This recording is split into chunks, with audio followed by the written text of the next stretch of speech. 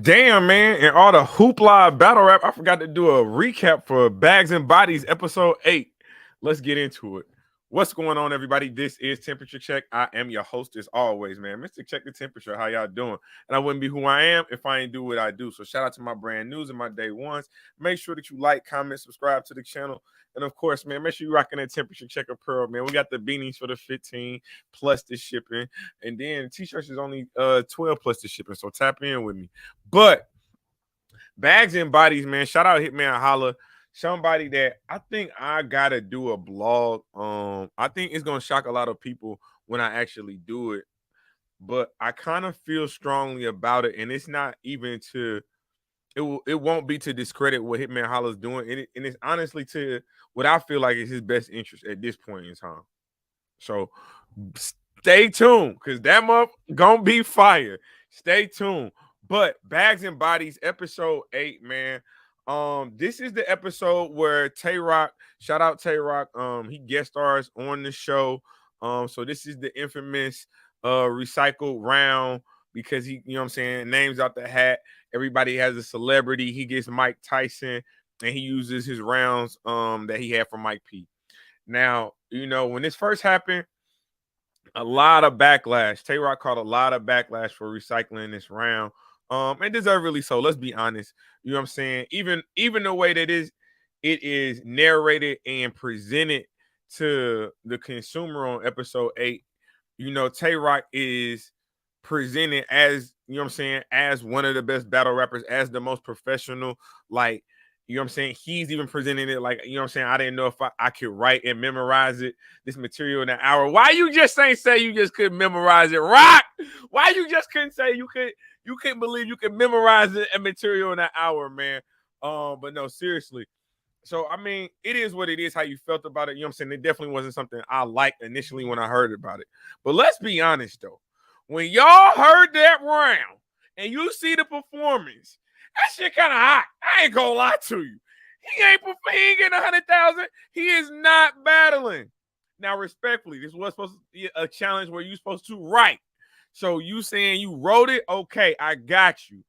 But if I'm Rock, I'm using that round 2. I ain't gonna lie to you. I'm using that round 2 because at the end of the day, who remembered that battle between me and Mike P? I had a white headphone on sitting down battling. It was nasty work. Nasty work. It was. So to see that material, you know what I'm saying, and actually like hear how intricate his writing was, even though it wasn't written in the time span that the contestants were given, it was still fire. So, but I get it. Again, I get it. Rock, that was definitely, you know what I'm saying, morally not the move to make. But again, like I say, you also wasn't battling for $50,000 in the tournament either. So, you know what I'm saying? Take it how you want to take it. But it was a viral moment, and I mean, shit, he on TV for it. But moving right along, they then had again the celebrity challenges, and some of the stars was definitely PG. It was crazy. He had Shaq. He was wilding. He was wilding. KD ended up winning it with the Jay-Z. That Jay-Z was fire. I ain't gonna lie. He said, "You ever been a pallbearer? I had to really get dirt off my shoulders." Oh, that boy good. He said, "I'm about to send Hove to Hove. The jig is up." Oh yeah. No, he was wilding in there. He was definitely wilding. But again, the battle rappers that can do that, they so talented. Like you know what I'm saying? And it's you see, I'm glad that HITMAN Holla's doing a show like this because you get to see like the mental stress that battle rappers be under when they only have a limited amount of time to bring up original material. But it also shows like, you know what I'm saying, the pressures of having a contract and having writer's block and not having material and not being confident. Like it definitely showed. So again, the Tay Rock was definitely a highlight of the episode, but then I thought PG was actually a little bit better than Jay-Z. For me personally, I thought PG's variation of the Shaq bars was a little bit better than KD. But I ain't mad. Shout out St. Louis. I definitely ain't mad you got the money, my boy. Keep that money in the house. I'm not mad at you. All money go back to St. Louis. I'm good with that. I'm good with that. My boy, that had Beyonce crazy. He had a lemonade. Oh my God, he had a lemonade punchline that was wild. But let's get to the actual battles.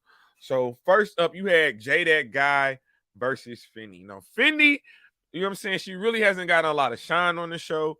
Because she don't bring a lot of drama. You know how this gonna go. You go about your business. You doing normal stuff. You ain't getting on the show. You ain't getting no camera time. But she there to rap though. But you also seen her do a lot. Like she was definitely one of the designated mothers of the house for sure. You see her picking up after these nasty, man. Some of y'all. Hey, if we did a cribs on some of the people in real life, how y'all look, because what y'all doing to Hitman Holla in his mansions or these mansions, this ain't it. This ain't it. Y'all ain't acting right.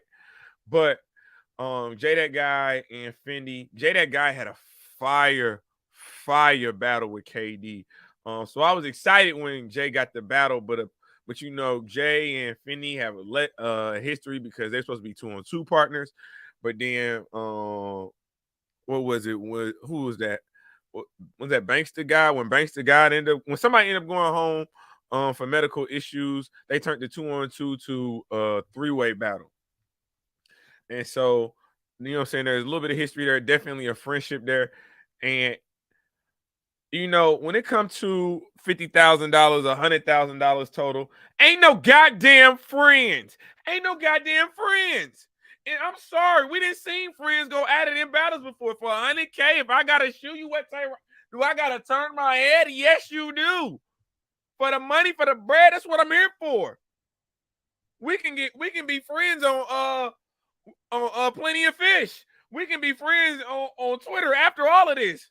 Holla at me after. I got you. Talk to me on the red carpet. But I need to collect this money. We gotta focus. We not focused on the task at hand. But their battle, honestly, I was very disappointed in Jay That Guy. He took it light freestyles. I mean, again, I don't know if it was because, you know what I'm saying, he really didn't want to go crazy on Fendi. Like, you know what I'm saying? Again, it's 4 days prep. It might be hard to write for somebody, you know what I'm saying, that you actually like. You're trying to tippy toe your thoughts around what, you know what I'm saying, not necessarily going super crazy. But I mean, as far as the battle, like Fendi choked all 3 rounds. It was not good. It wasn't good. I've seen Fendi. We saw Fendi in Midnight Madness. She's fire. She's fire. Her pin game is fire. But you know, sometimes as battle rap supporters, as battle rap media, short prep, everybody can't do it. Everybody can't do a short prep. And that's what this whole tournament really comes down to, being able to turn over fresh new material in a limited time and to be able to deliver it, not just write it, but to memorize it and perform it at a high octane. And again, Fendi didn't even get out the gates.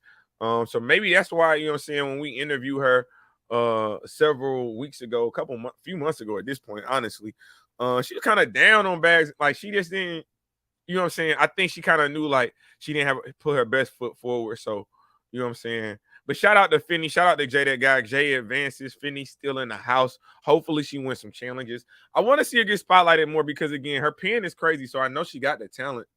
She in the house. She got the talent. But I definitely want to see her get a little bit more camera time. Moving right along.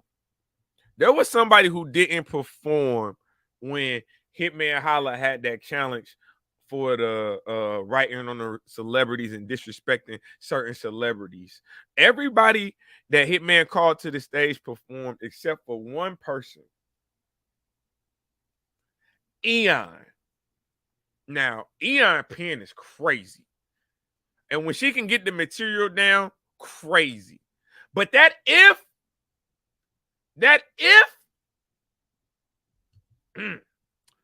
so you had AEON versus PG. You know what I'm saying? Not too familiar with PG. Not about to sit here and cap, but PG was cool. PG was really good, consistent all 3 rounds. I did like a lot of his bars. I feel like some of his material was a little bit slept on for me, but I thought he had a good battle. He had a good showing. But Aeon choking, Aeon stumbling, but Aeon fire though. I think she might have took the second round. I mean, I got PG winning 2-1 clear. I mean, you choke, you lose a round, but that's the thing. Like, do you give her? Technically, you got to give PG 3-0 because Aeon choked in the second round. But it was choking her early. It was like the first 3 bars. I was like, can I let that pass? Maybe. But the material that she could get out, if she would have been able to walk through the second and the third clean, I think she wins that battle 2-1 second and third. And that was the consensus from the panel. You know what I'm saying? Aeon, you got star power. Aeon, you got a pin. Aeon, you have the tools. And like Hitman Holla says, your projection, super high. But you got to put it together. You got to make this shot when they pass you the ball. They got to make this shot when they pass you the ball. And you didn't even take the damn shot. You was 3, 2, 1. You was still dribbling. So, you know what I'm saying? And Hitman Holla came out at the end of the battle and said Aeon wasn't feeling the best. And, you know, you got to believe, obviously, having a sick day when you got a battle for 100K is not the way you want to go out. I can definitely tell you that. And you seen she was emotional. And I like the fact that she was a little bit emotional. At least she cared. Some of these battle rappers, y'all might lose and y'all might be, you know, well, I'm out here. I mean, I don't get the 50,000, but you know, I'm out here living it up, eating Hitman Holla food, staying in his house, chilling. No, let's get to these battles. Let's showcase this talent. Because that's what it's about. That's what y'all there for. So I like the fact that Aeon was very upset after the battle. Hopefully, again, as I want FENDI to win a couple, I want Aeon to win a couple too. I want y'all to be able to see her, be able to rock with her. Now, I already see she getting busy in 2023. So salute to her. Maybe we can get her on the channel, man.